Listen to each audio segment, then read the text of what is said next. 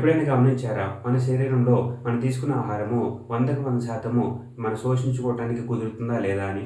ఎక్కువ శాతం అది కుదరట్లేదు. ఏం జరుగుతుందంటే ఒక ఎగ్జాంపుల్ ద్వారా దాన్ని అండర్‌స్టాండ్ చేసుకోవడానికి ట్రై చేద్దాం. మనకి రోడ్డు మీద వెజిటబుల్ వెండర్స్ గానీ, వాళ్ళు వాళ్ళు వాళ్ళ కూరగాయలని ఎదుటి వ్యక్తులకి అమ్ముకోవడానికి ప్రయత్నిస్తారు.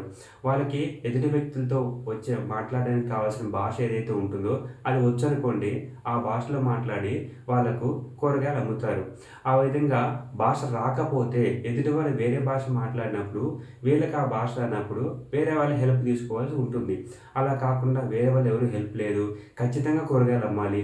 అలాంటి సిట్యుయేషన్ వచ్చినప్పుడు ఆ ఇబ్బంది పడకుండా వాళ్ళే ఒకరోజు కాకపోయినా రెండో రోజైనా సరే ఆ భాషను వాళ్ళు నేర్చుకుంటారు. అంటే వాళ్ళకున్న డిమాండు, వాళ్ళకున్న అవసరం అనేది వాళ్ళకి వేరే భాష నేర్చుకునేలాగా చేసింది. అదేవిధంగా మన శరీరంలో మనకి డిమాండు, అవసరం లేకపోతే మనం ఆహారం కంటిన్యూస్‌గా ఇస్తున్నాము అట్లయితే అప్పుడు ఆహారము సరిగ్గా శరీరంలోకి శోషణ చెందకుండా బయటికి వెళ్ళిపోయే అవకాశం ఉంటుంది. అంటే మనం ఏదైనా ఆహారం తీసుకున్నట్లయితే దానికి తగినంత శారీరక శ్రమ చేస్తేనే మన శరీరం మంచిగా ఉంటుంది. తీసుకున్న ఆహారం శరీరానికి మంచిగా వండబడుతుంది. మన శారీరక శ్రమ అనేది అసలు ఏమీ చేయకుండా అధికంగా ఆహారం తీసుకున్నట్లయితే అది అధికంగానే వృధా అవుతుంది.